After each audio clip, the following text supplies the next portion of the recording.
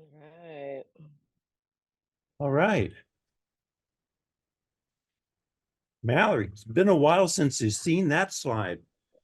I know it's been a minute. It's been almost 5 years. Well, let's Doesn't make me want to throw up at all. get into the engagement quiz. I'd be curious about your answer to this question too. Oh, I can turn off the music. This is a good song though. Access code is 455. Share some brief thoughts about why you are a photographer. I'll give you a You few. mean me or them? Actually, yeah, kind of curious, why are you? Why I'm a photographer? Oh boy. This is the question they're answering for their engagement and attendance thing, but let them type for a couple minutes. This could be part of your talk, Yeah, I would guess. we'll get into it. And Mallory, why are you a photographer? Oh boy. I mean, my short answer is because it's what I'm good at. That's the short answer. But Good answer. I'm a photographer because it's what I found I was passionate about from a very young age, and I like storytelling. So why not make it a career? Yeah. It beats work, as we like to say. Yeah, You make sure I have still screen is work. sharing. No, I don't have screen sharing. No, you can share your screen if you want to. So, Cool. All right. Get this started with my beautiful I'm also presentation. going to, this is much fun for you just to watch me. So I'm going to, if you don't mind my camera work here. Hello, children. You're not really children, you're adults. now, but, so this is 437. Yeah, As it I currently remember that exists. class. It's way different than when you took it. I'll just tell you that now. It's a whole different thing. It's a little bit more complex, or a lot more complex. But yeah, part of the class, number of people in here. Everyone's going to be interested in your talk, but a number of the people are in a module called Missions and Careers in Photographic Storytelling. So, yeah, let's please welcome Mallory Huxford. Hello. Can you all see my presentation? Yeah, looks good. Okay, cool. So yeah, as you said, I graduated from the Photo J program in 2019. Which to me seems like a lifetime ago with everything that happened. Also, I don't normally sound like this. I'm kind of getting over a cold right now, so excuse me. All right. All right, so I'm a photographer for Macy's. I decided to go the commercial photography route. I've been a photographer for Macy's since October of 2020.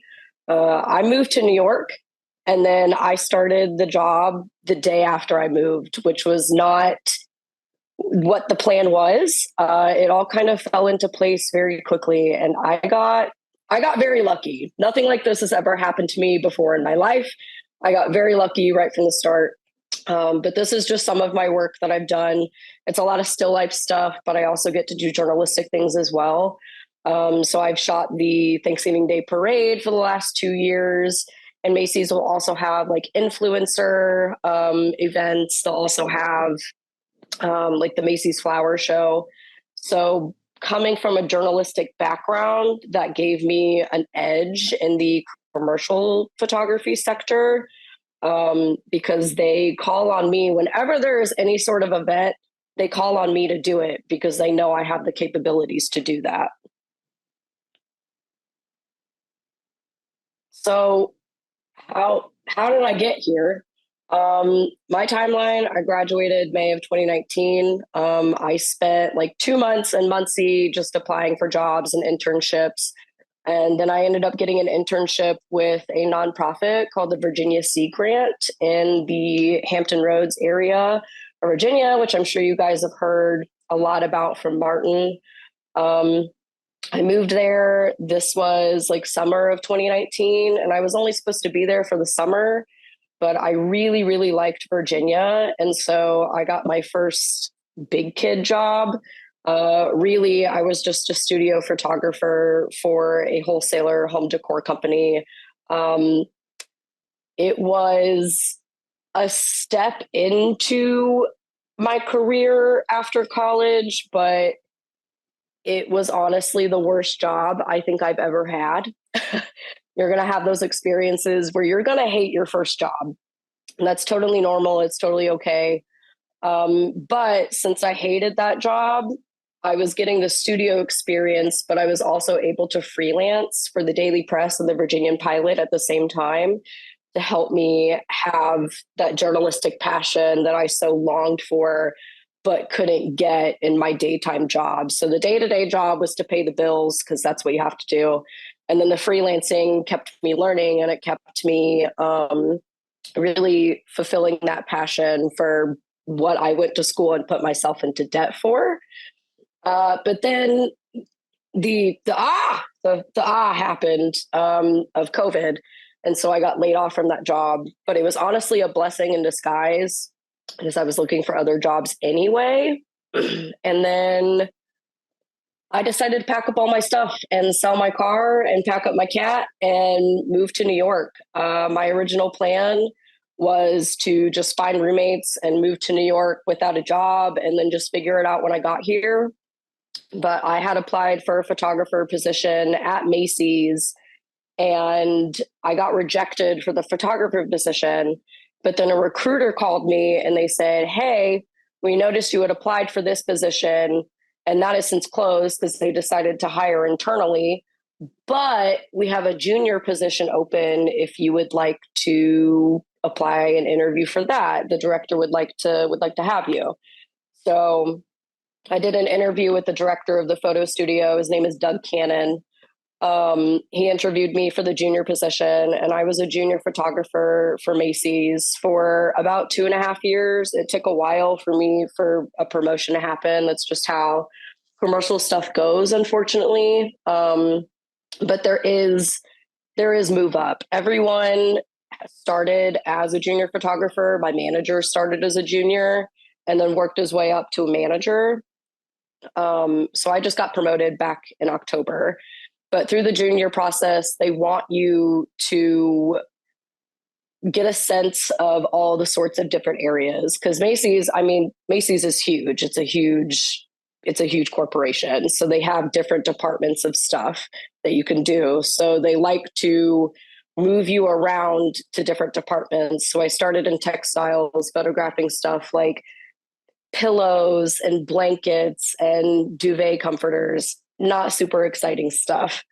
But then you get to move into things like photographing jewelry, which is way harder than it seems. You photograph stuff like home decor. And now I'm in the off-figure fashion department where I photograph everything from toys to shoes to handbags to just simple clothing, baby clothes. I photograph a wide variety of stuff, but also because I have that journalistic background, I was able to be put on social media. So if you look at Macy's social media on Instagram, those photos have been taken, if not by influencers, because we do a lot of outsourcing for that.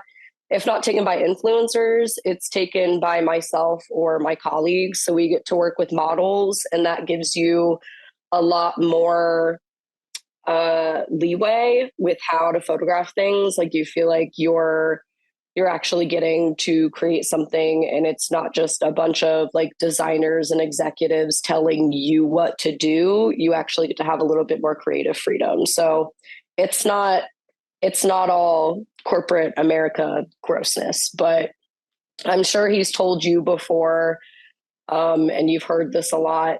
Not every assignment is going to be exciting, whether in the commercial world or the journalistic world. It's not going to be exciting. You're going to hate it. And you're going to be like, why am I here? Why am I doing this? And that's going to happen. You're going to photograph a town hall meeting after town hall meeting, and you're not going to want to.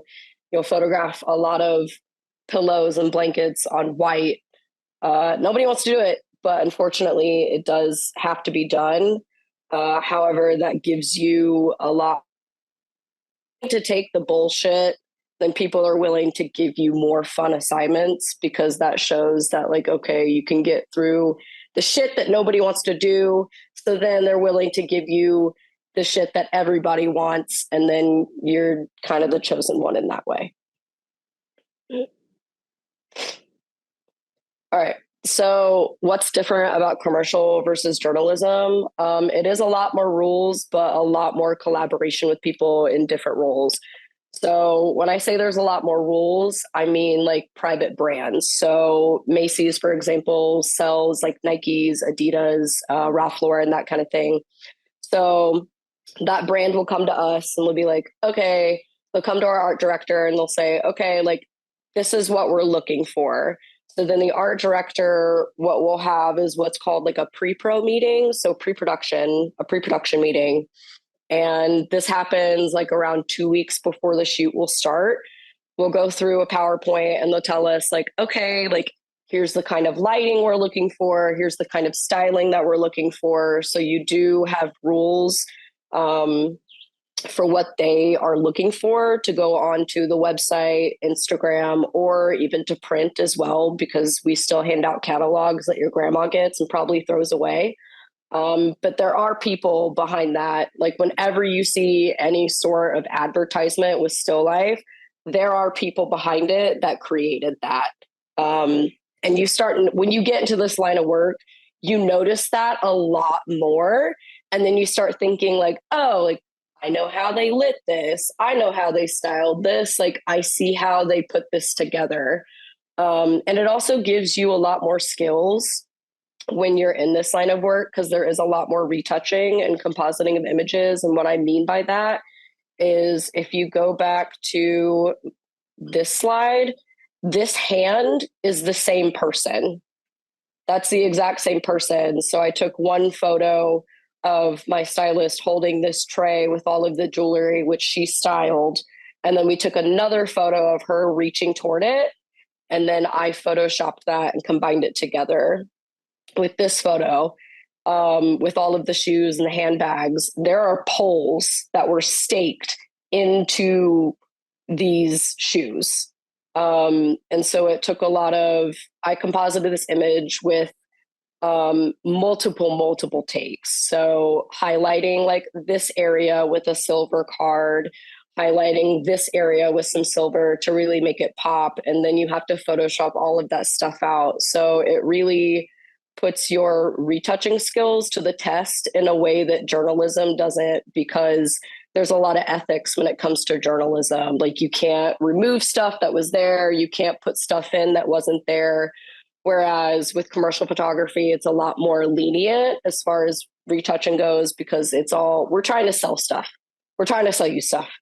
You also get a lot more studio lighting experience. Obviously being out in the field when you're shooting in journalism, like you can't manipulate light in the way that you can when you're in a commercial setting. So if I want it to look sunny and if I want to fake a window, like a window shadow, I can absolutely do that. Whereas in journalism, like if it's there, it's there. You photograph what's there. You can't really manipulate it.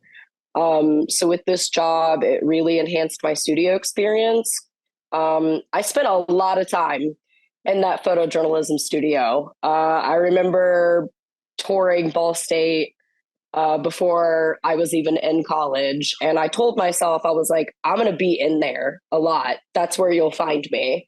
And that's exactly where you could find me when I was in college. I spent a lot of time in that photo studio just doing collaborations with my peers who were also in the photojournalism program, but also other students that I had met that were in fashion merchandising. We would collaborate and we would come up with these really cool photo shoots, and we would just get in there late at night and just do the damn thing for fun. We'd put on music and we'd dance and we would just collaborate and make the most beautiful work. My homepage on my website, that's that was done in college with a fashion merchandising student. We just took a sheet and collaborated with another fashion student who knew how to do makeup. And she painted the face. I did the lighting. I did the whole setup and the angles, and we just went for it. Teamwork is incredibly important in this job. But as I said, it can become a bit monotonous, especially in the corporate world. You're going to photograph a lot of stuff on white just because that's what a lot of websites require. I mean, you've online shopped before. You see the models that are just on white, and then you see like the product. It's like just shot on white with some sort of drop shadow. Nobody wants to do it, but it needs to be done. Unfortunately, that's how it is. The other downside is it is corporate America. You are capitalism's bitch. That's your capitalism's bitch, unfortunately. But as I said, even in commercial work, there are journalistic opportunities. So me being with Macy's, they of course have the parade. I have never had so much fun photographing an event before. It's so cool. You get to meet so many different people, and like the people on the sidelines are so happy to be there. Like everybody wants their picture taken. Like there's always something to look at, and there's always small moments that you can find in those events. But not just with Macy's, but with other big retailers. They're going to have those events, whether it's influencer events, colleague events. They all have those internal little things that they do want photos of. And if you're someone who is in the commercial photography realm and you have that journalistic background, they're going to call on you to be like, hey, are you able to shoot this event? Because you have that experience. So it gives you a leg up. So yeah, all that to say, having a journalism degree and being able to do storytelling, that is very, very valuable in the commercial world because you bring a different set of, you bring a different perspective and you bring a different set of skills than those in the fine art photography realm. Everybody at my job, the photographers that have been there for 20, 25 plus years, they all have a fine art background. I'm the only photographer at my studio, and it's a big studio. We take up the entire third floor of this building because there's so many different departments that need photographers. I'm the only one with a journalistic background. So when I was interviewing for this position, that was a big thing for my director. He was like, "Oh, like that's really cool. You bring a different set of skills to the table." So what should you do? I'll move myself out of the way. So Grace Hollers says, give a shit and pay attention. But I say just fucking go for it. Giving a shit and paying attention, incredibly important. You should do that no matter what kind of line of work you're in. If you're a human being and you have any set of morals, you should give a shit and pay attention. But just fucking go for it. That's what I say. I wouldn't be where I'm at if I didn't just fucking do it. As I said, being a journalist in commercial photography, it does give you an edge, but you should apply for jobs and internships, even if you don't meet all of the requirements. If they say they want you to have like 3 to 5 years of experience, and that is the only thing that's stopping you from applying to that job, fucking do it anyway. You could have an incredible portfolio. It doesn't matter if they require you to have 3 to 5 years of experience. If you have that edge and you have that portfolio, apply anyway. The most they're going to say is no, or they're just not going to respond to you at all. That also happens. If you want to get better at studio stuff, I know I had an advantage in college because we had Mr. John Disher, who was the studio professor at the time. We actually had a studio class. So I had a bit of an advantage there. You guys don't have a studio class anymore. So really your only time to get in there is when you want to do, like if you have an assignment that requires it, or if you want to do your own just like little test shoot. I know, I've heard you guys really crave getting into the studio. So I cannot stress enough how important it is to collaborate with your peers. A group of us, my senior year, we were texting back and forth. We had a group chat and we decided, okay, like let's late at night get into the studio. It was probably like 11:30 at night. Let's get into the studio and like all take portraits of each other and just practice on our studio lighting. It was super freaking fun. And since you have like you can rent out the kits downstairs and you can rent them out for a couple days of the time, and since you're a photojournalism student you have access to that studio at any time. So if you want to get in there at 11 o'clock on a Friday night, you can do that. You have the freedom to. So I cannot stress enough to get into doing test shoots, even if it's like just at home with a window and some sunlight. Get into doing test shoots, get weird with it, take random objects and like put them together and see what you can do, because styling is super important. I didn't realize how important styling was until I got into this line of work. Um, so get into just taking random fucking objects and put that shit together and light it up and see what you can create, because you'll be really surprised with yourself. Make Pinterest boards. I know Pinterest is kind of on its way out now and everything kind of looks the same on Pinterest at this point, but take some of those ideas and some of those photo illustrations that you find and make your own shit out of it. I really get inspired by fashion photographers. The photographer for Loewe, the designer brand, is Lauren Bamford, and she makes the most incredible and weird still lifes I've ever seen.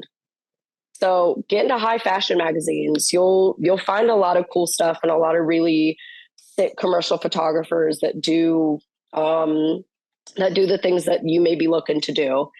And I'm gonna say it again, just fucking wing it. It may turn out awesome. It may turn out like shit. And either way, you tried something new and you learned something from it, whether that's a good thing that you learned or it's a bad thing. It's going to teach you something the more that you test and you do things differently. Um, and some of you may be juniors, some of you may be seniors. I don't know what the demographic of the class is, but for those of you that are getting ready to head into the real world, take those rejections with a grain of salt. Be thankful for them. Don't let them ruin you. You're going to get tons of them. I know when I was graduating and applying for a bunch of internships and jobs, I got my fair share of rejections from newspapers and internships that I was really looking forward to, and that I thought I was completely qualified for. And then the next thing you know, you get that email that says, "We're sorry to inform you, we decided to go with other candidates." And it can be really disheartening. It really can break you down and make you feel like you're not good enough.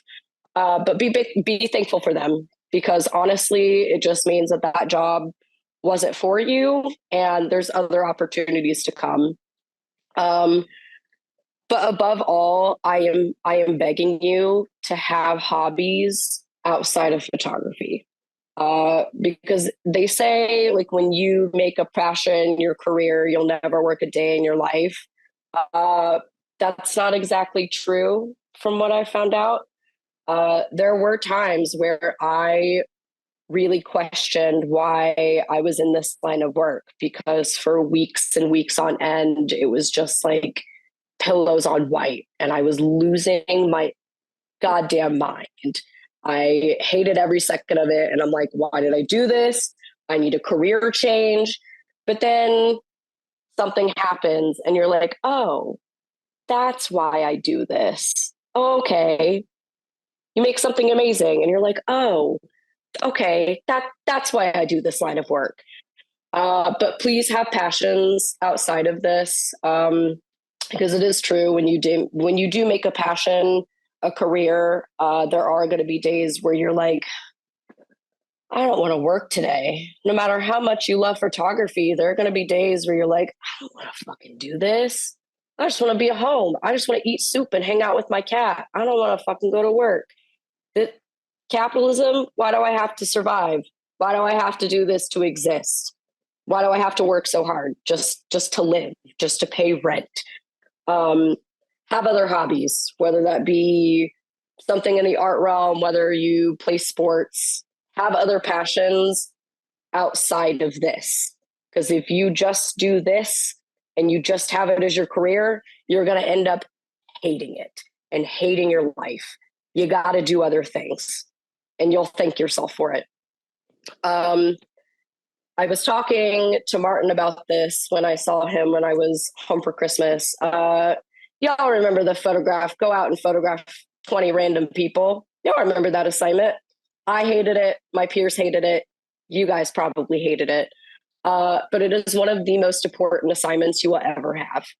Going out and talking to random people, that's what this job is about. Whether you're in the commercial realm or whether you're in the journalistic realm, you got to go out and you got to talk to people. It's really all about who you know, especially in New York, where actual stable photography jobs are kind of hard to find. A lot of my friends who are photographers are freelancers.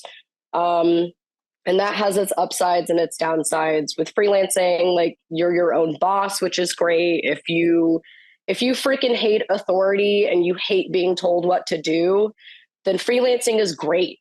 You're your own boss. You can make your own schedule. You have your own hours, your own rate, that kind of thing. But also it's scary at the same time because you don't get benefits. We all love health insurance. You're going to lose it when you're over the age of 26. And we want stability. I get that. But it's really all about who you know, whether you're in a stable 9-to-5 job or whether you're freelancing.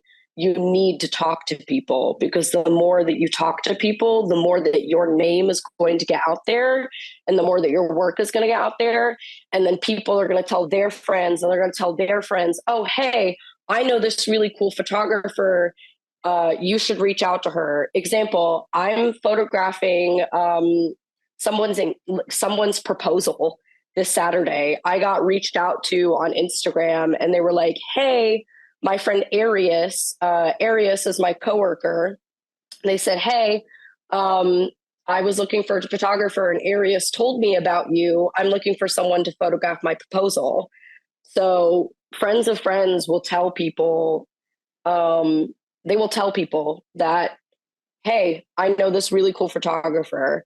It also helps to have, like, if you're a personality hire, that's totally fine. That's great. You should be the personality hire because that shows that you are willing, you are easy to work with, you're a good team player. And it shows that, like, even if you don't have all of the skills yet, you're willing to learn. And that's the most important part. You can have a great portfolio, but if you are willing to learn and you're willing to do different ideas and do different things, people are going to want to hire you because of that.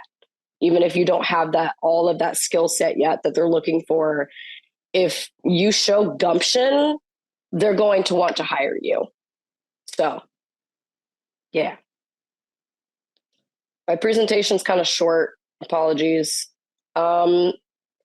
Questions, comments, concerns, where you can find me, if you would like to follow my Instagram or if you would like to reach out to me. I don't really post a whole lot of work on my Instagram. I'm going to be honest. My Instagram is for me to just post my life and be silly. That's how it's always been.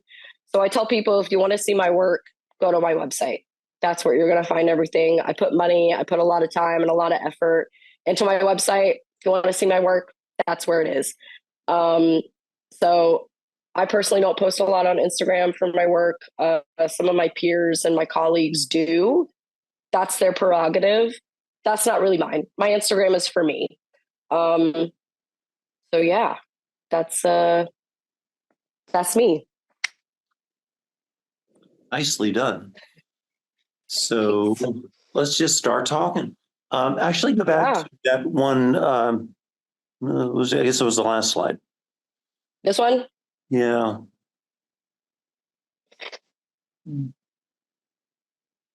Hobbies. Yeah. I like that you said that. Yeah. when I took what I thought was, it was a dream job at the Virginian Pilot, I didn't, it was a work your way up sort of thing. I was out in a bureau, felt like I was withering on the vine. And that's when I started, rather than get burnt out and bitter at my job, that's when I became a master gardener. That's when I learned how to sail, started running, learned music. Having a life outside of work. I was just talking about this with my intro class. Many people, especially in my generation, were not good at that. They made many sacrifices for work. They lived to work. They didn't work to live.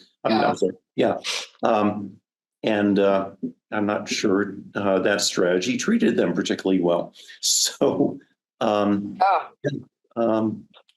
will having say, a well-rounded life. Yeah, it's fucking tough out here. It's not the same as what Martin had when he got out of college. It's not the same as like what your parents had when they got out of college. It's fucking hard out here. You got rent to pay, you have debt to pay. So you need a job. And even if you don't get a job in this field very quickly after you graduate, don't let that discourage you. If you have to take a job that's not in your field just to pay the bills, that's fine. Keep working at this and you're going to get a job. You're going to get a job in photography, maybe not right away, but it will happen for you if you keep working at it. But once you start to feel yourself getting bitter about it and you're like, oh, why did I do this? Like, do I need to change careers? No, you don't. You just need to do it as a job for a little bit and find something else to do that ignites your passion and then come back to it. And then you'll find a new profound appreciation for photography. I hit that very early in my career after college. I mean, my internship was awesome. I had so much fun. It didn't feel like a job. And then I actually got a job and it was just the same thing every single day for weeks on end. And it felt like I was beating my head against a wall. And I was like, why the fuck did I do this? Why did I put myself in debt for this?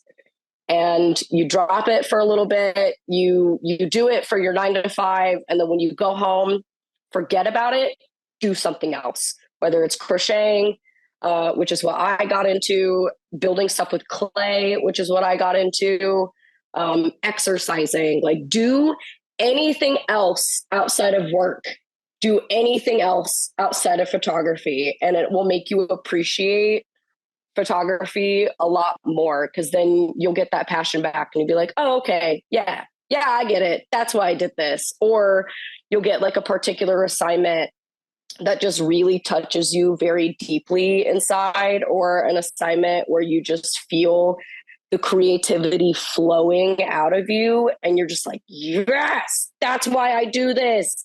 That's why I studied this. And it just makes you have a lot more appreciation for doing this. So don't let it discourage you. Capitalism fucking sucks. America sucks. I know. But don't let that discourage you from doing what you love. I know we were all sold the lie of, oh, if you go to college, like you can be whatever you want to be. If you go to college, you'll come out and you'll get a good job and blah, blah, blah, blah. It's a lie. It's a fucking lie. Don't fucking believe it. But it's true.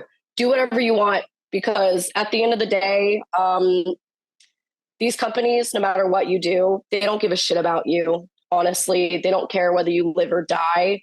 So do what makes you fucking happy. Pay the bills, be able to pay your rent, make sure there's a roof over your head. If you got to live with mom and dad after college, that's not bad. That's totally not a bad thing. There are still people at my age who have to do that. That isn't the way it should be. That's not how it should be. But if that's what you have to do and work up your money, save your rent, That's fine. That's totally fine. You got to do what you got to do, but work away at it. Find things that really light your fire and make you happy, and fuck what everybody else says. Like I said, just fucking go for it. Things may surprise you and you may get lucky. That's certainly what happened to me. I got very, very lucky being able to pack up my stuff and move to New York and get this job right away. That doesn't happen to everybody. You have to be open. You got to be open to all sorts of different things and talking to people. I know it's like, people are gross. Who wants to talk to people? But you have to. That's what's going to get you in way higher and cooler places. I mean, it's unfortunate that you got hired based on who you know, but that's the reality of things, unfortunately. So I mean, kind of when I see, just effing wing it, you can drop the F-bomb, I can't. So that's cool. You know me, I've always been a potty mouth. That's all right. I've always been expressive. And as you know, my graduate school classmates voted me most likely to drop the F-bomb during lecture, and I've done it yet. I don't promise the same thing for my guest speakers. No. So, but yeah, it may turn out awesome and may turn out like shit. Either way, try something new. That's, you're kind of articulating the growth mindset, which is just play the long game. And if something doesn't work out, it's very temporary. There's always another day, and you learn something from it, which is like that's gold. Learning something is what it's all about. It's like, ew, that turned out really ugly. So it's like, okay, let's not do that again. Let's do something else. And if you have to scrap the entire thing and start from scratch, that's fine. Do it, because then it's just going to teach you. It's going to teach you problem solving. It's going to teach you how to problem solve and work through things. That's what it's all about. And get crazy with things on Photoshop too. I can't stress that enough. If you're looking to go into this type of work and do studio stuff, playing with lighting is really fun. I mean, the possibilities are endless with what you can do with just one light and then like a fill card. The possibilities that you can do are endless, no matter if you're photographing a person or if you're photographing objects. Just with one light and just playing with light, the possibilities are endless. You can manipulate things in ways that you didn't know were possible. And then with Photoshop, get fun with it, get weird with it. Even with photos that you had taken years ago, go back, re-edit them, see what you can do differently, change the colors, change the values, change the curves, change the levels. I know with journalism, there's not a whole lot of leeway for photoshopping stuff. But when you get into the art world, get weird with it, do different stuff, and you'll be surprised with what you can create. I love your discussions of like not only that, but just having personal projects and passion projects and things outside of assignment work, like you and the rest of the classmates going down to the studio. I think it was Rachel and Rebecca. Yep, it was me, Rachel, Rebecca, and Katie. We all just got together one night and decided to do a portrait session in the studio, and they turned out beautiful. Like, we all just brought different clothing, different makeup. We resourced what we had, and we made really incredible portraits out of it. They are very deep in my files, probably on a very long lost external hard drive. Also, multiple hard drives. Please get hard drives. Back up your work. Back up everything. Have multiple hard drives. Name them. Give them silly names. I don't care. Have multiple hard drives, because when you go to show people your work, you're going to want to save those. Save your notes from college. Save your notes from these classes, because you're going to want them when you're my age and you're in this line of work and you're like, shit, what did they tell me? Shit. What did John Disher say? What was that rule? You're going to want to come back to it. Save your notes, put everything on a hard drive. Even if you don't think you'll need it, you might. Obviously, don't hoard unnecessary files because that's just going to take up too much room. But save your notes, save your past work and your past sessions, because you might want to revisit it later and see what you did, because you might forget about it. But also, you might forget about a picture and then later on revisit it and be like, hey, wait, that was actually a really sick picture. I wonder if I can re-edit this and make it look even cooler. So save that shit. Save it. Buy hard drives. Buy good hard drives. Do not get the DW whatever it is from Amazon. Don't get those hard drives. They suck, and you will not be able to recover anything. That's my 2 cents. There's like 5 minutes left, and I've been blurting out questions because I love your talking points so much.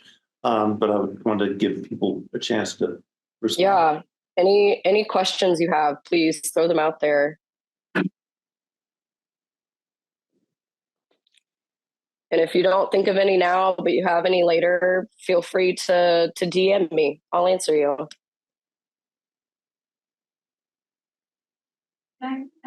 Yeah. Yeah. Can you come up, Bill? I'm sorry. It's I forgot to bring in my good mic.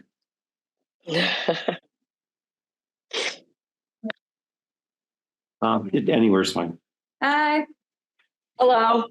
I was just wondering, where did you, was there a specific moment throughout your time that you decided to make that clear boundary between having your Instagram be just for you and not even creating a second account for your pictures and then strictly sticking to the website? Or was that just a set thing you made from the beginning? So I tried to have a second photography account. I think I tried to have a second one either my senior year of college or right after I graduated. And it was just too much for me trying to manage a whole separate photography account and remembering to put my content on there. It was too much for me. I have some colleagues, of course, Grace, she dedicates her Instagram to her work, but also, hers is a little different because she is a photographer for the Indie Star. So people are going to look her up and be like, hey, what else does she have? Hers is a little different if you're a journalist, but I decided, I think probably my senior year, after I deleted that photography account, I was like, okay, no more. My Instagram is just for me. And I'm 27 years old. I guess am an older Gen Z, whatever you want to call it. But I had MySpace. I was there when Instagram first became a thing. And Instagram was purely just for sharing just for sharing your life, just for sharing your life and your friends and that kind of thing. And so that's what it still is for me. I think trying to juggle your own personal account and a photography account is difficult, especially for someone like me who I can't post stuff from photo shoots right away. I have stuff that I photographed a month ago that I can't post because it's Macy stuff and it doesn't go live until the springtime. We photograph stuff off season. So in the summertime, it's all Christmas stuff. And then in the wintertime, it's all spring and summer stuff. So stuff that I photographed a month ago, I can't even post until April because they will get mad at me and they'll be like, hey, we haven't launched that stuff yet. You can't post it. So I post just my own personal projects on my own personal Instagram. And when I do post my work, I get a really good response from it because people are like, oh, hey, that's something different. She's posting her work instead of personal stuff. And so I receive a lot of engagement from it versus if it was just all photography stuff. You don't see as much engagement, but when I post my actual work, it does get a lot of response from people, because it's something different than the norm. If you can have a photography page and your personal page, kudos to you. You have way better organizational skills than I do. But I think having like something for you to post your silly shit and your shit posts is really, really fun. And then put your website as a link on your Instagram page. And if people ask, be like, hey, check out my website. The link is literally right there on the Instagram. So if you want to keep it personal, do that. It's fun. It's for you, and it should be for you. Social media should be for you to express yourself. It shouldn't be something that you have to use as a tool to get work. Yeah, that's my 2 cents on that. Okay. Yeah, I think we're probably out of time. So Cool. Thanks, guys, for letting me come talk to you. yeah. And I guess I'll be seeing you end of next month, right? When the Northern Shore course. Yes, I will see you soon. And for any of you guys that are going to be at the short course, I'll see you there. Okay. I don't know if, is anybody going to the short course? Yeah, we don't have a lot of NPPA. No, you are, aren't you? No, you're not. Okay. Woo, NPPA. Yeah, we've got an NPPA group going. Cool. Stick. Yeah, they're doing stuff. It's kind of awesome. Yes. All right. Thanks, guys. If you have any questions, hit me up on Instagram. All right. Yeah. Great talk. Cool. Nice work. Thanks, guys. All right. All right. I'll see you later. Thanks for having me. Yeah, I'm going to go ahead and edit this into a video, and it'll be on YouTube in a non-searchable way. Okay, sounds good. And I do that. I have a whole video library of stuff on YouTube that's just like people that speak, and lots of times they use like different copyrighted music and whatnot. So it's just easier to keep it on a dedicated video library. So you're the best. Cool. Thanks. Looking forward to seeing you next month. Yeah. Sick. Yeah. Thanks for having me. Hopefully what I said was educational and not just all over the place. I think it was. I mean, actually, what you said, I think if people were listening in the right way, I think applies to a lot of different situations in the working world beyond the microcosm of, Macy's. It also applies to journalism too. I mean, I think, frankly, I loved my favorite line, maybe of any of the speakers I can think of. Maybe Sammy Jo Hester came up with some pithier ones, but we're all capitalism's bitch, and that's absolutely that's totally the case in journalism with the big J. Mm-hmm. So, love it. So, talk to you later. Okay, take care of yourself. See ya. I will. Have a good one. Miss you. Miss you too. Bye-bye. Bye.